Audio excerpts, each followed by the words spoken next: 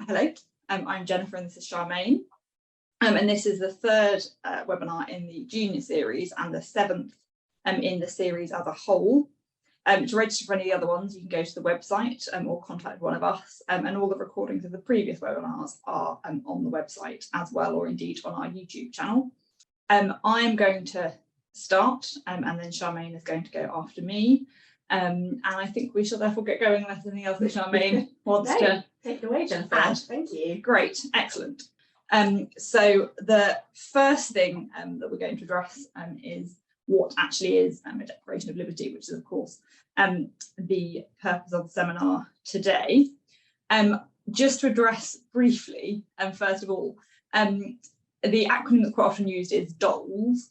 That is actually technically a reference to the Deprivation of Liberty safeguards, which are in the Mental Capacity Act. And they apply to people over the age of 18, which of course on the assumption if you all have a children law practice won't apply to the kind of cases you're doing. I've just set it out there just because often there is that reference to it. And there is also then in Re D, which is one of the main cases on Deprivation of Liberty, a reference to what will be called the Liberty Protection Safeguards, which were an amendment to the Deprivation of Liberty safeguards. They received royal assent in 2019, and I think at the point of Re D, the Supreme Court had assumed that they would be coming into force sooner than they have in fact done, and they are not yet in force. So just to give some context to that. On the overlap between the jurisdiction of the court protection and the DOLS court, there is the case of AF children, which is on this slide, which sets out the potential overlap between those two jurisdictions. But again, because you are all likely to be making applications to the DOLS court because of the kind of work that you do, I'm not going to address that in a huge amount of detail, but the case that does deal with it is from Bolton Council and KL, where it sets out that there may be a distinction to be made if the court is likely to require authorisation beyond the age of majority because of some ongoing needs of the child that are likely to be longer in their nature than perhaps the standard deprivations that you might see where you're placing a child in a unit that doesn't let them leave, for example, on a short-term basis. So that will all be in the slides when we send them out tomorrow. So on that basis, what is the Deprivation of Liberty then? It was addressed in Re D, which I've already referred to, and there are three components of that deprivation. The first is the objective component of confinement in a particular restricted place for a not negligible length of time, the subjective component of a lack of valid consent by the child to that restriction, and then the attribution of responsibility to the state. What I propose to do this afternoon is to go through the first of those in more detail than the others, to think about what you should be looking for when you're thinking about whether or not a child is indeed restricted. So dealing first with that objective component, the test set out is as follows. Whether the child is restricted is determined by comparing the extent of their actual freedom with someone of their age and station whose freedom is not limited. So therefore, in this case, the test was referred back, in fact, to Cheshire West, that a teenager of the same age and familial background is the relevant comparator. That restriction often takes place in the context of a residential placement, and I'm sure many of you will be familiar with the nature of those placements where the child is not allowed to leave. If they do, they have to go with a significant level of supervision and things of that nature, and if there are, for example, locks on the doors and things like that. However, of course, a child's liberty could be restricted in their family home, in a foster placement, in a school, or in a hospital. And it's a particular note, there are a number of cases where the hospital is the setting that the court is being asked to consider. The restrictions can comprise, for example, frequent or constant supervision, which I've already referred to, when aspects of their life are decided by others, if they're not permitted to carry out everyday tasks without support, and the reuse of restraint. I want to look particularly at I think I've already addressed some of these matters on these slides, so I'm just going to go through those. The point I wanted to deal with in more detail was in respect of what I just said about the restrictions on their the aspects of their life that are decided by others, because quite a prominent one in a number of cases, certainly that I have encountered, and I'm sure others have as well, is in respect of teenagers' use of their mobile phones. They were quite often covered within the scope of deprivation of liberty orders. And as I'm sure you'll all be aware, it's one of the most important things probably to the older children who are being dealt with in these cases. That issue was addressed in the case of Manchester City Council and CP very recently and earlier this year by Mr. Justice MacDonald. And in that case, he identified, as I have done, that to a teenager, the use of her mobile phone, tablet and laptop and her concomitant access to social media is likely to equate in a teenager's mind to liberty, broadly defined as the state or condition of being free. However, Mr. Justice MacDonald really dialed in onto the specific definition of what liberty actually is, and was clear that Article 5 is concerned with individual liberty in its classic sense of the physical liberty of the person, and with its aim being to ensure that no one is dispossessed of their physical liberty in an arbitrary fashion. And that was the basis that the Supreme Court proceeded in Cheshire West as approved by Re-D. The upshot of that definition was that he concluded that actually restrictions on a child's mobile phone are not, in fact, restrictions on liberty as to fall within the definition as set out within Re-D, and therefore that they should not be covered by the scope of deprivation of liberty orders. And therefore the practical way forward would be likely in a case where a local authority has made an application for a deprivation of liberty, or indeed another public body has made an application, and any restrictions on the mobile phone would most likely be recorded in a recital, if anywhere, on the order, but wouldn't be authorised by the court in terms of making any breach of Article 5 that would otherwise take place lawful. I've set out in some detail that case because I think it quite helpfully sets out the things that the court will consider when thinking about more generally what constitutes a deprivation of a child's liberty. Again, you will have those slides to have a look at, but I'm not going to go through in a huge amount of detail now. For completeness, Mr. Justice MacDonald concluded that the restriction on mobile phone use was more properly characterised as an infringement of Article 8, and that it would be dealt with by way of Section 33 of the Children Act, which essentially is treating it as an exercise by the local authority, if the child is in care, of its parental responsibility for that child, and notes how that would, in another context, be a way in which a parent might exercise that parental responsibility, and that's at paragraph 55 and 56 of that judgment, and I've set that out there as well. So that is a very quick whistle-stop tour through and what is quite a large amount of case law on the objective component of what constitutes a deprivation. Moving on then to the more subjective component of that test. It's an interesting point, and it was dealt with by the Supreme Court again in Re-T in 2021. And Lady Black, in her judgment, dealt with the issue of a child who consents to the deprivations that are sought. And by the time of the Supreme Court hearing in that case, T was in fact no longer a child in any event, and was reported, I think, to be doing quite well. And also, Lady Black noted that in fact a lower court had determined that her consent had fluctuated and wasn't genuinely expressed, so wasn't a valid consent falling within the definition of the relevant test.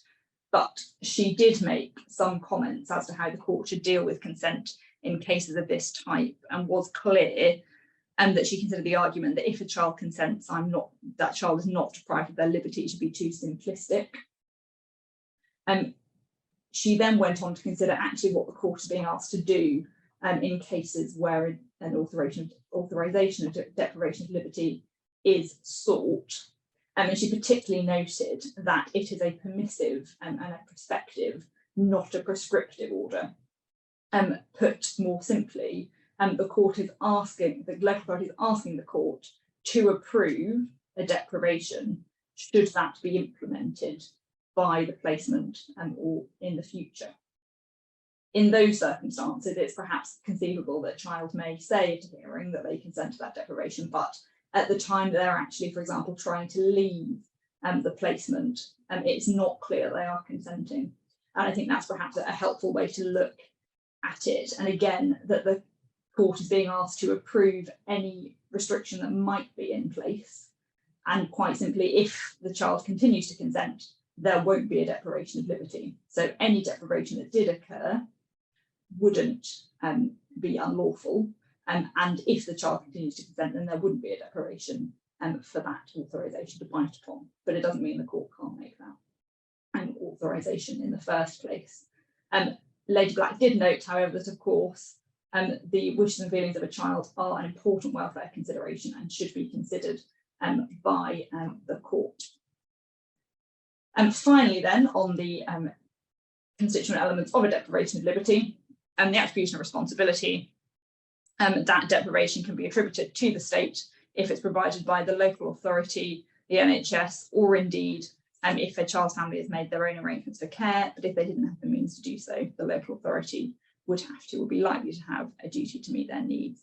And that's particularly the case, for example, if the child has a social worker, for example. There is a case that I'll return to later in this seminar where the local authority was criticised for having a child open to it, for having an allocated social worker for that child, and for a deprivation of liberty having been implemented by an NHS Trust, but the local authority not having taken steps to regularise that placement. And I'll return to that shortly. I'm now going to turn to Charmaine, who is going to look at the quite new DOLS court, and I will then turn to her. Thank you.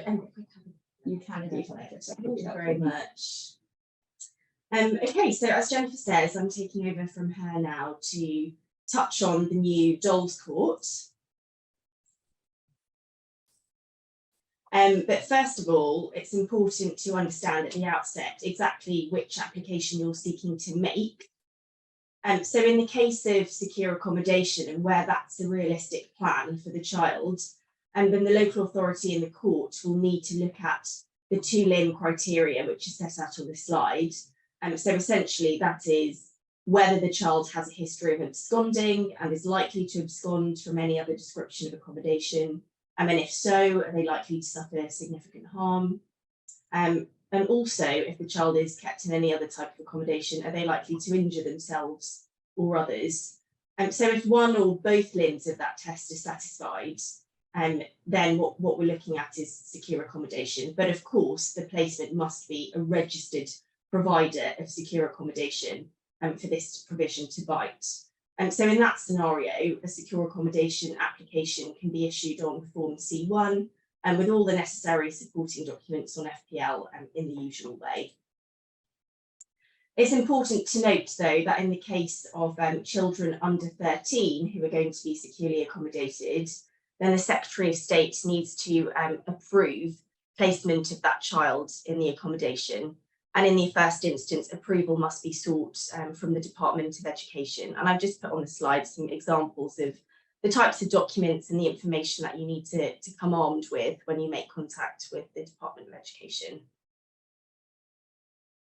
So onto the DOLS court itself. The President announced the launch of the DOLS court on the 4th of July last year. We're nearly at the end of the court's 12-month pilot phase, so it'll be interesting to see what happens when we approach July 2023. The court, as I'm sure all of you are aware, is based at the RCJ and led by Mr. Justice Moore, supported by 2 family High Court judges. Now that the DOLS court is up and running, all new applications must be issued at this court, and that applies whether or not they're standalone applications or linked to existing care proceedings. And the function of the DOLS court in the first instance is essentially to gatekeep new applications and to determine whether an application should be heard by the DOLS court or transferred back to circuit. Although I will say at the moment, it's slightly unclear where the DOLS court sits in the court structure and whether it's part of the High Court Family Division or the Family Court. But it may be that in due course, there'll be a practice direction or further guidance on this issue. So unlike children held in other settings, children deprived of their liberty unfortunately don't appear in published administrative data or records. So as a result, the Nuffield Family Justice Observatory have been appointed to monitor, analyse and publish data from applications received and heard by the DOLS court. And there's some quite interesting research carried out by the observatory last year, which revealed that in the 3 years leading up to 2022-21, DOLS applications increased from 108 to 579 per year. So that's quite a staggering rise of about 462%. It's unclear at the moment exactly what is causing this rapid rise, but I would certainly speculate that there are a number of factors such as the crisis in mental health provision for children. It's also interesting how the impact of the COVID-19 pandemic may be influencing the number of children placed in secure settings. But I think it's hoped in the sector that more data and research in this area will shed light on the reasons why there's been such a big increase. So very briefly, I'd just like to touch on some data trends based on some of the data briefings that the observatory has published, because I think they're quite interesting. So we can see in this slide, since 4th of July last year, 1,069 children have been subject to deprivation of liberty applications to the DOLS court. So it's an average of about 116 applications per month. I think the highest number of applications was actually in March of this year, so quite recent. In terms of who's making that application and those applications, in the vast majority of cases, it's different local authorities. So I think about 151 different local authorities and 21 other applicants, typically hospitals or mental health trusts. Interestingly, the data shows that there seems to be quite significant regional variation in who's making the applications. So just over a fifth of all applications were made by local authorities in the northwest of England, followed by about 17% roughly from London local authorities. And then local authorities in the northeast have made quite a small number of applications, only about 3.5%. I think this variation could be explained by a number of things. So for instance, a variety in the number of children in care, and also differences in the needs of those children and those families, and variation in the access to and availability of residential and other specialist provision. But I think, again, the sort of regional variations is a subject that needs to be scrutinised a bit further once more data is published. So just looking at data trends for the children who are subject to these applications. So majority of children involved were aged 15 and above, nearly 60%, and only a small minority relating to children under the age of 13, nearly 10%. And very sadly, as we can see in the bottom left-hand corner of this slide, there is a cohort of children, about 1.3%, aged 10 or under, reflected in the data. So that's quite a sobering statistic. In terms of the gender split, the number of girls and boys subject to applications is pretty much equal, and that pattern has remained broadly consistent month by month throughout the pilot phase of the DOLS court.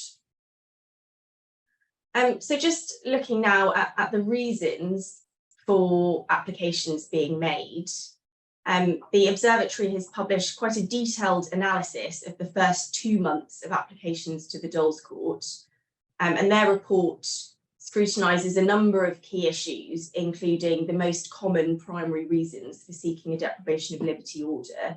And their findings have identified 7 primary reasons for such orders to be made, and which I've included on the slide. The most common reason by far, or the most common main reason, was a risk to others. So for instance, violence towards others, arson, causing damage to property, either in the placement or in the community.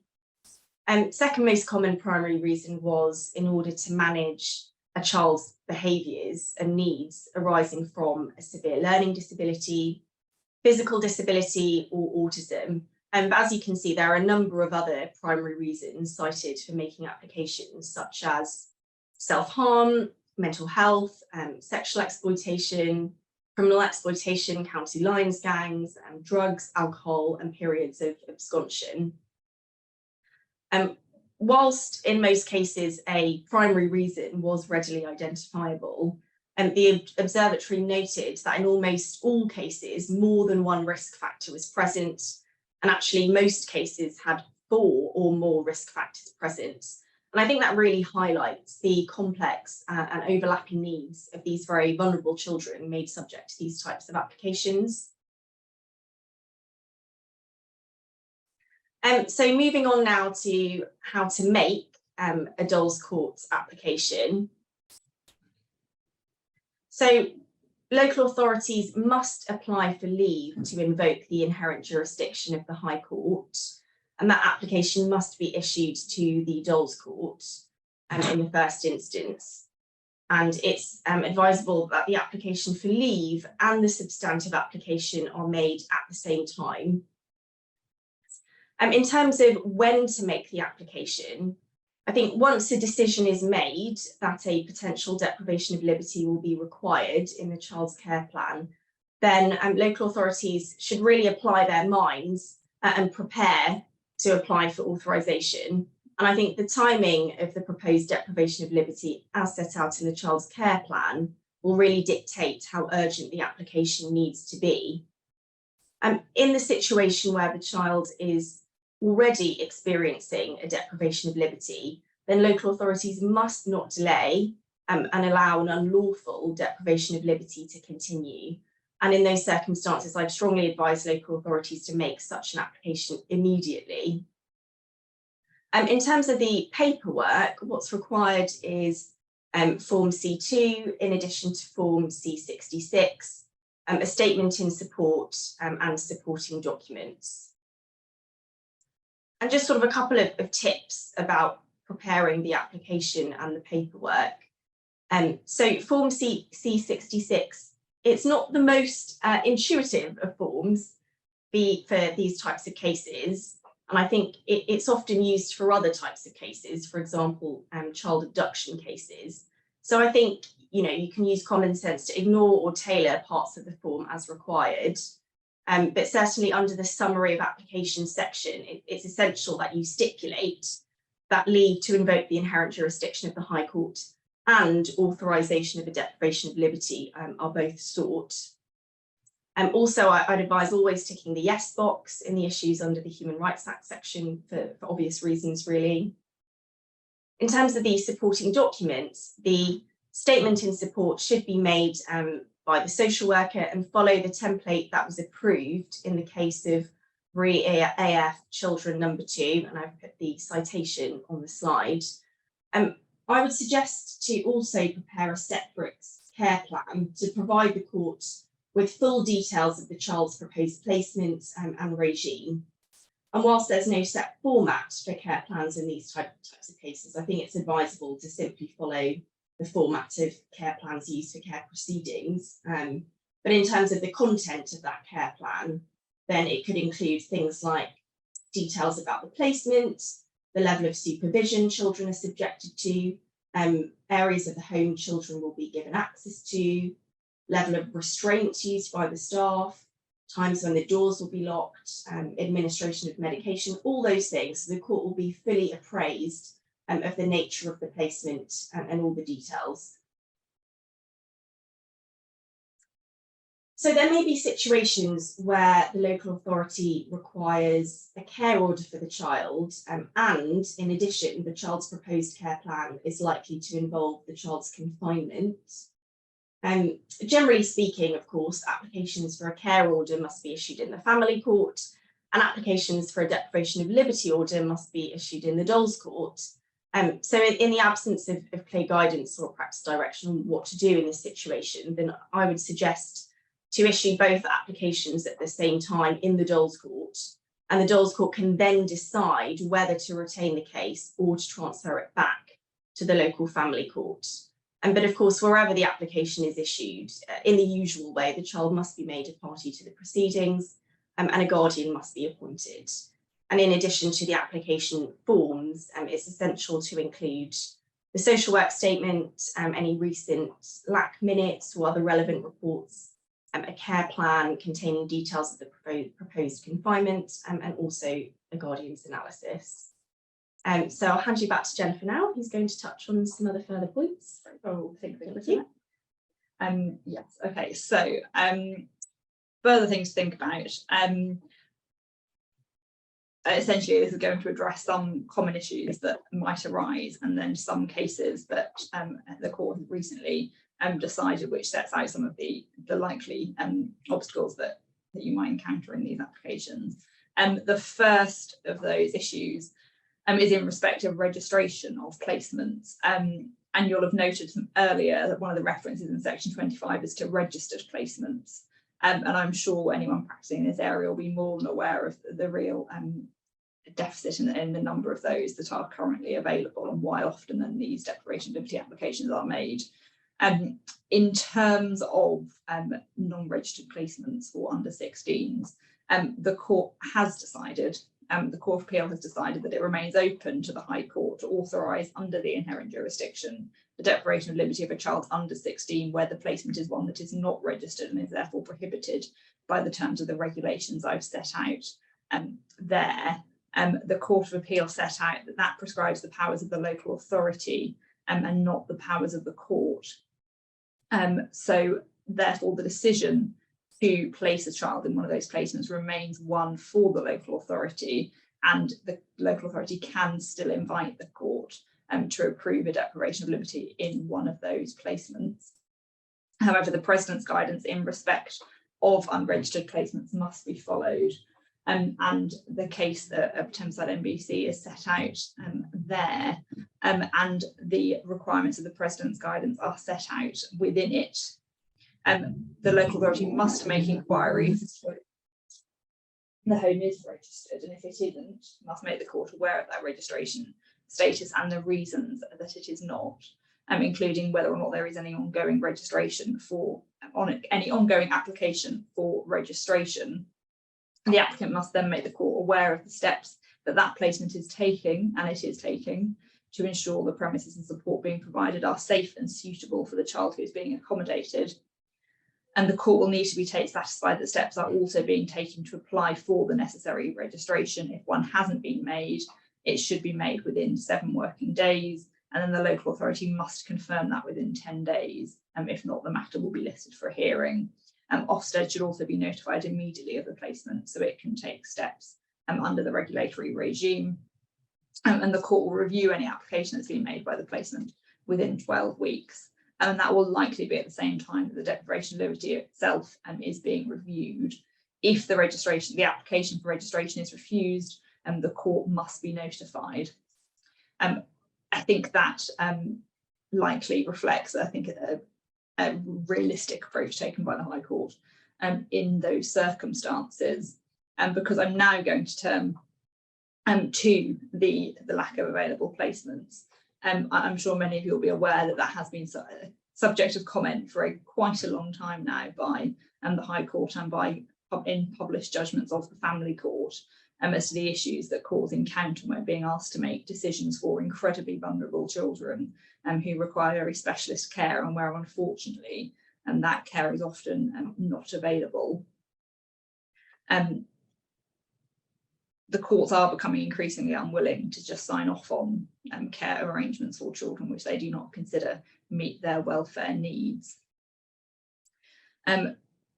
For example, in the case of Nottinghamshire County Council, Mr. Justice Poole said, although the inherent jurisdiction must be available in these troubling cases, it cannot be treated as a rubber stamp to authorise the deprivation of a child's liberty whenever the court is told that there is no other option available. And therefore, you should be prepared for the court to scrutinise any care plan and that has been put before it to ensure that it does indeed meet the child's welfare interests, and also to ensure that the child's other rights under, for example, on Articles 2, 3 and 8 of the ECHR are also being met by those placements. And that is a matter that was addressed in a case that I will turn to shortly.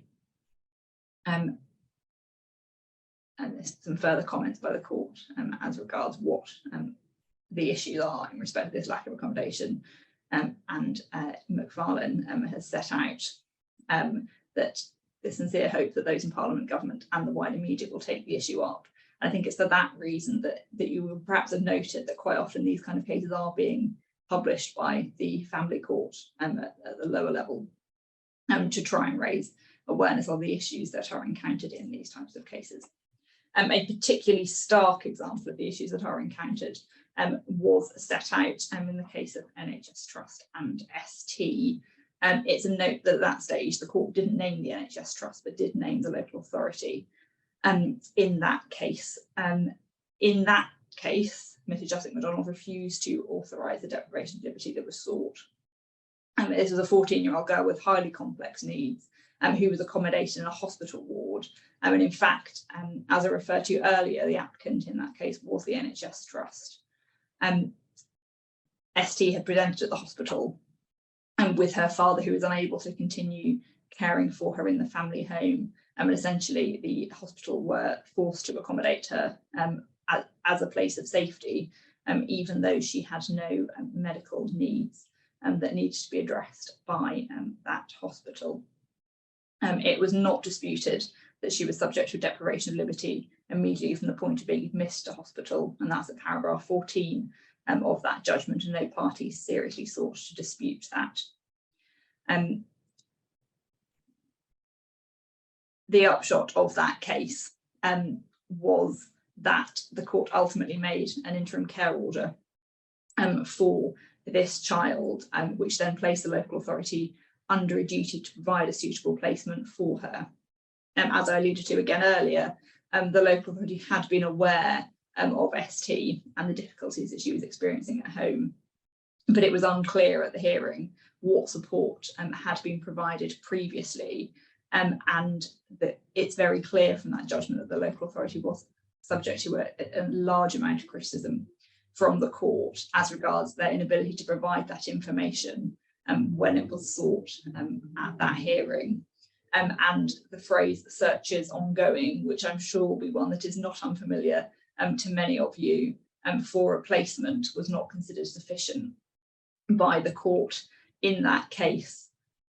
The local authority and the NHS Trust were both subject to criticism for the delay in the issuing of that application, as ST had been subject to those deprivations of liberty for at least 6 weeks when the application was made.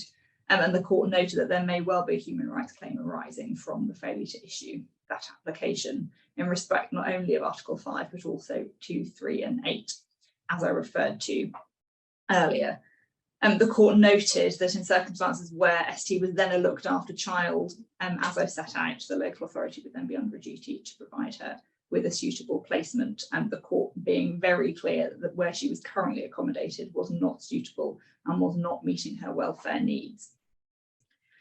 In slight contrast, in Re J, the court had actually on 7 previous occasions sanctioned the detention in a hospital of a girl aged 13. She again had very complex needs, and there had been numerous incidents of self-harm and also aggression to others by her. There was no other placement in that case, and it was accepted that she needed to be kept safe whilst at hospital, in the hospital. The court in that case, again at paragraph 7, noted that very sadly this case was not a unique one, and that the case highlighted an ongoing problem that is blighting the lives of many children with complex needs whose behaviour presents very significant challenges to those caring for them, identifying the lack of availability of suitable placements and all the issues flowing from that. there is a list at paragraph 7, and I'm not going to read out, but that you can have a look at. If you want to, when the slides go out. In that case, the local authority did come to the hearing with a proposed placement. It was essentially accommodation with the private landlord, with staff then being provided by the local authority, although it wasn't immediately ready because of the need to train those staff. And because there was a co-ed plan in that instance, and the local authority had a likely placement that would be available in a reasonable period of time, the court authorised that placement, but indicated it wouldn't have done so had that specific placement not been identified as available shortly.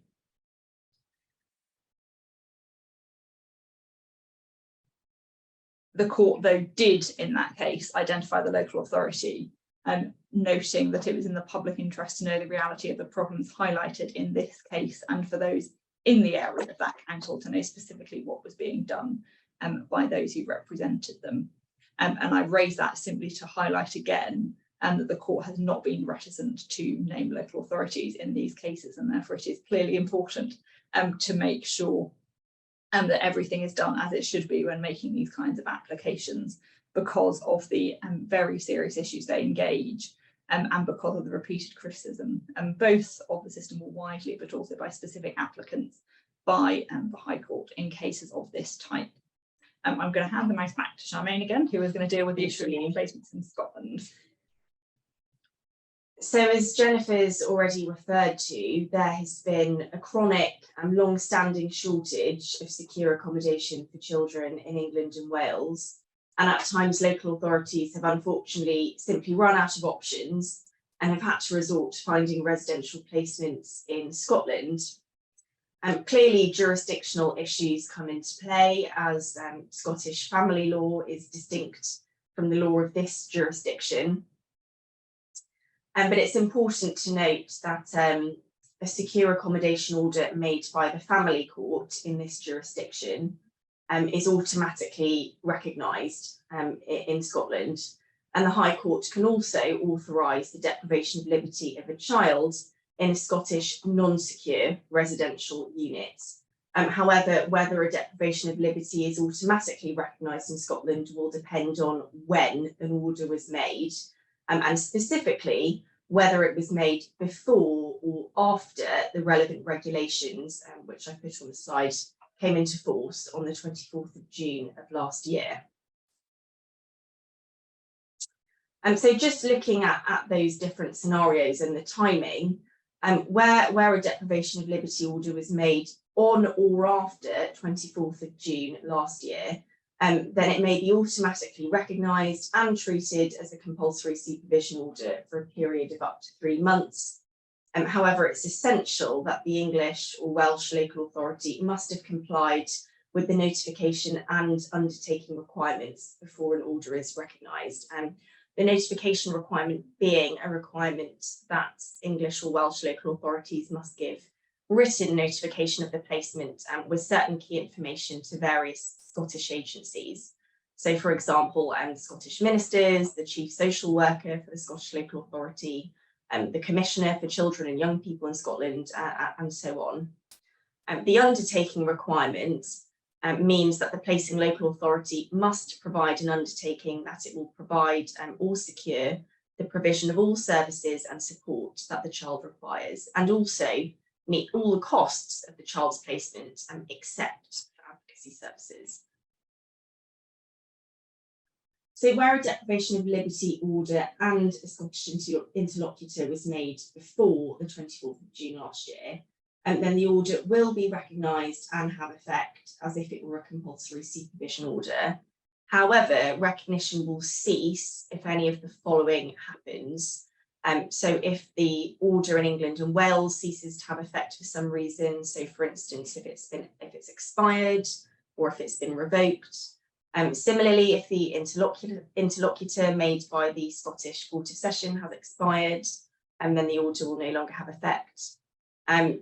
If the order has been extended either on or after the 24th of June 2022, then that new order will be recognised subject to compliance with the notification and undertaking requirements that I've already set out. And finally, where an order was made, but there was no Scottish interlocutor before the 24th of June last year, then the order will not be automatically recognised or treated as a compulsory supervision order. And in that scenario, petition to invoke the nobile officium procedure to recognise the deprivation of liberty order will need to be made per the authority of Re Children X, J, L and Y from 2016. And renewals of such an order would be automatically recognised, however. In terms of the responsible authority, the placing English or Welsh authority is fundamentally responsible for the child's welfare, and that includes procuring and paying for any supporting services and providing all other support, really. In the meantime, the High Court will remain seized of the proceedings, and they will be the ones who continue to make welfare decisions of the child, even if the child is placed in Scotland. So that's really just a whistle-stop tour of the Scottish side of things. I'm sure we could go into a lot more detail, but given the time, I'm aware that we've had a lot of slides. It's been quite a dense topic. Of course, the slides will be made available to everybody after the seminar. But if you do have any questions, then please feel free to email them in to either Jennifer or myself, or to the 42 Bedford Row events account, and we will get back to you as soon as possible. Yeah, so I think all that remains is to say thank you for attending this seminar, or for watching it online later if that's what you've done. And I think the next seminar in the series is next week, after we have to slightly postpone this one due to myself and Charmaine's court commitments.